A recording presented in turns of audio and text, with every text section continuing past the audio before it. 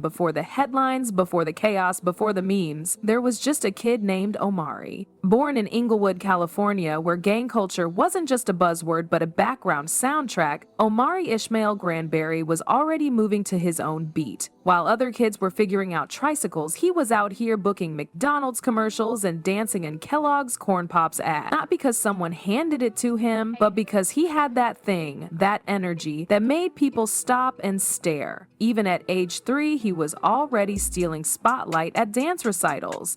This wasn't just talent, it was hunger. Now let's get something straight. Omarion didn't fall into fame. He ran at it full speed with choreographed moves and laser focus. Before you ever knew his name, he was that background dancer in R&B girl group Before Dark's music videos, giving 110% like the camera was already centered on him. And eventually it was. In 1999, he leveled up. Big time! He became the lead singer of a new boy band that was about to own the Y2K era and B2K. 4 teenagers, tight harmonies, tighter jeans, and a name that stood for Boys of the New Millennium. And they meant that. B2K wasn't just popular, they were pandemonium. Their first single, dropped in 2001 and instantly got fans screaming. But it was their second album, Pandemonium, that really lit the fire. That song you couldn't get out of your head, Bump Bump Bump, that was them.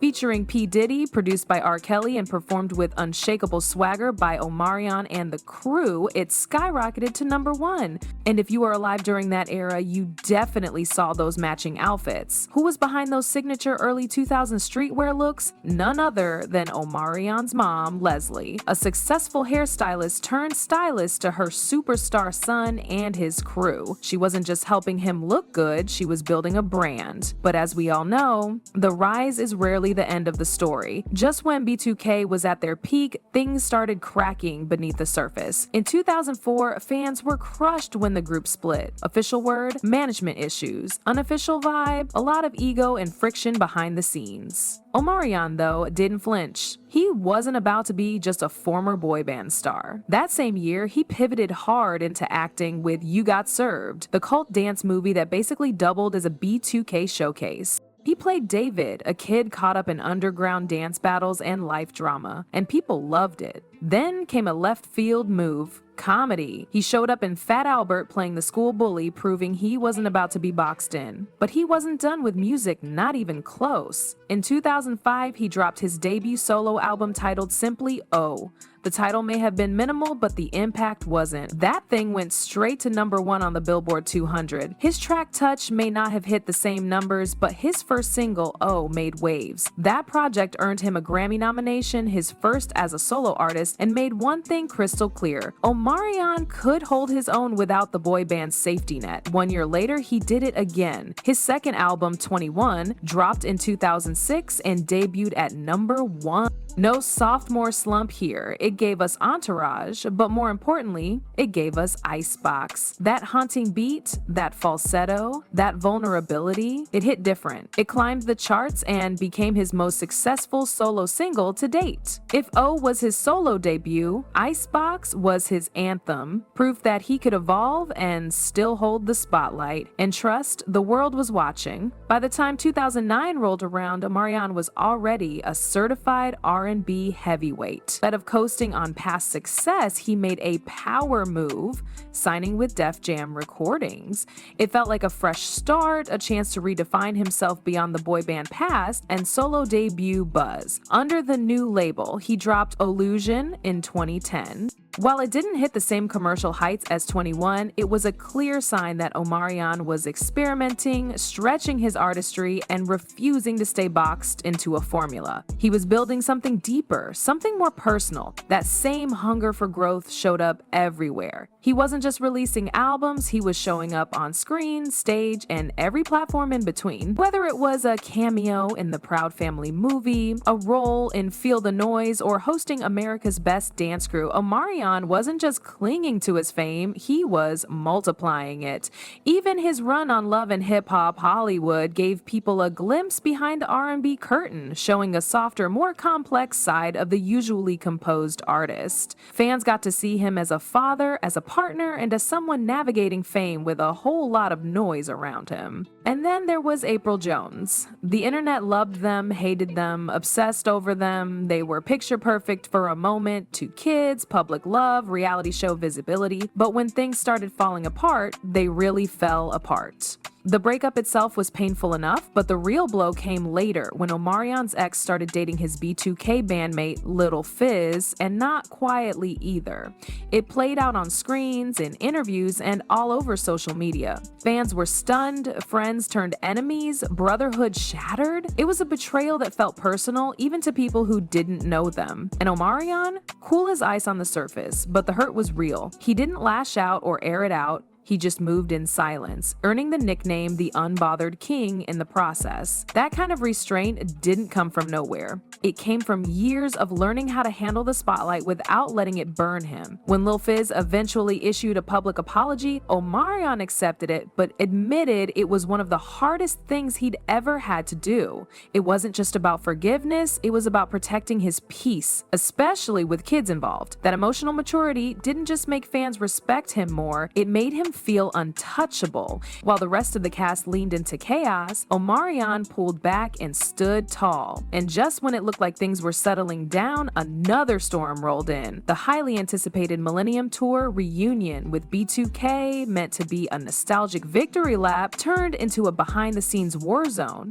Fights almost broke out, tensions flared, and it got so bad that people had to physically break them up before a show. It was supposed to be a celebration, but it felt like a farewell. Omarion powered through, but it was clear old wounds hadn't healed, and the magic of B2K couldn't cover that up anymore. Even outside the group drama, the pressure kept mounting. His performance at the Versus battle against Mario became a viral moment for all the wrong reasons. The vocals were shaky, the energy felt off, and social media did what it does best: dragged him. It was brutal. People joked, dissected, mocked. But if there's one thing Omarion's proven time and time again, it's that he doesn't crumble. He reflects, adapts, and keeps going. Every stumble becomes fuel. Every headline, just another lesson. Omarion's journey hasn't just been about hits and headlines. It's been a masterclass in staying centered when everything around you is chaos. That calm, that poise, that unbothered energy, it's not an act, it's a choice.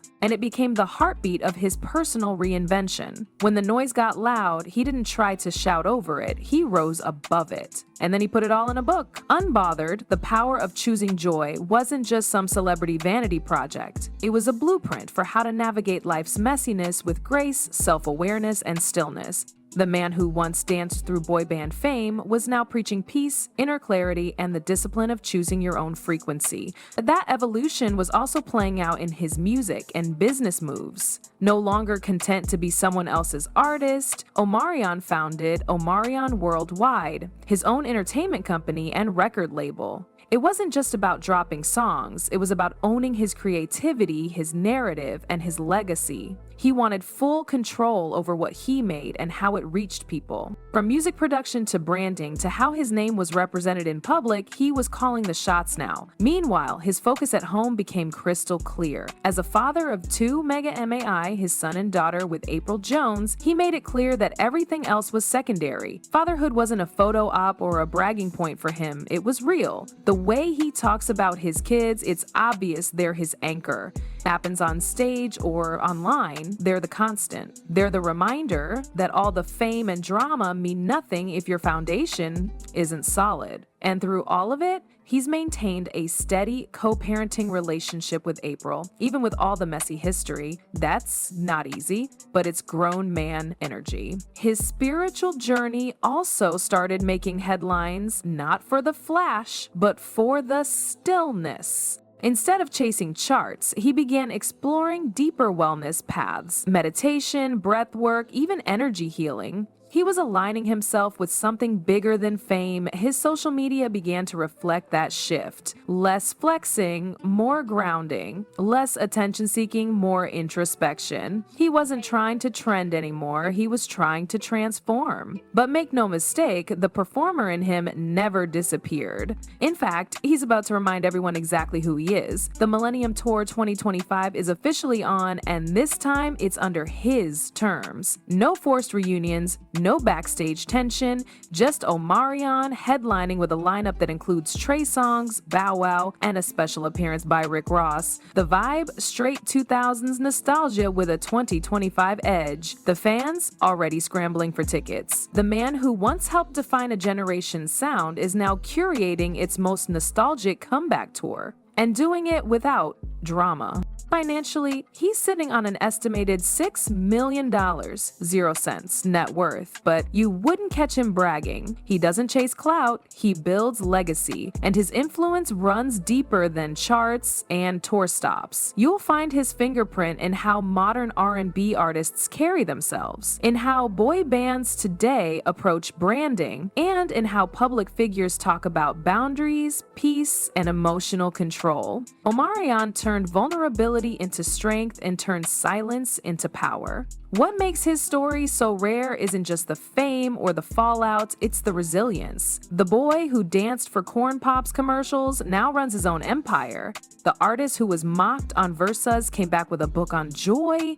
And the man who was betrayed by his closest people still chose peace over petty. That's not just survival, that's evolution. That's Omarion, unbothered, unshaken, unstoppable.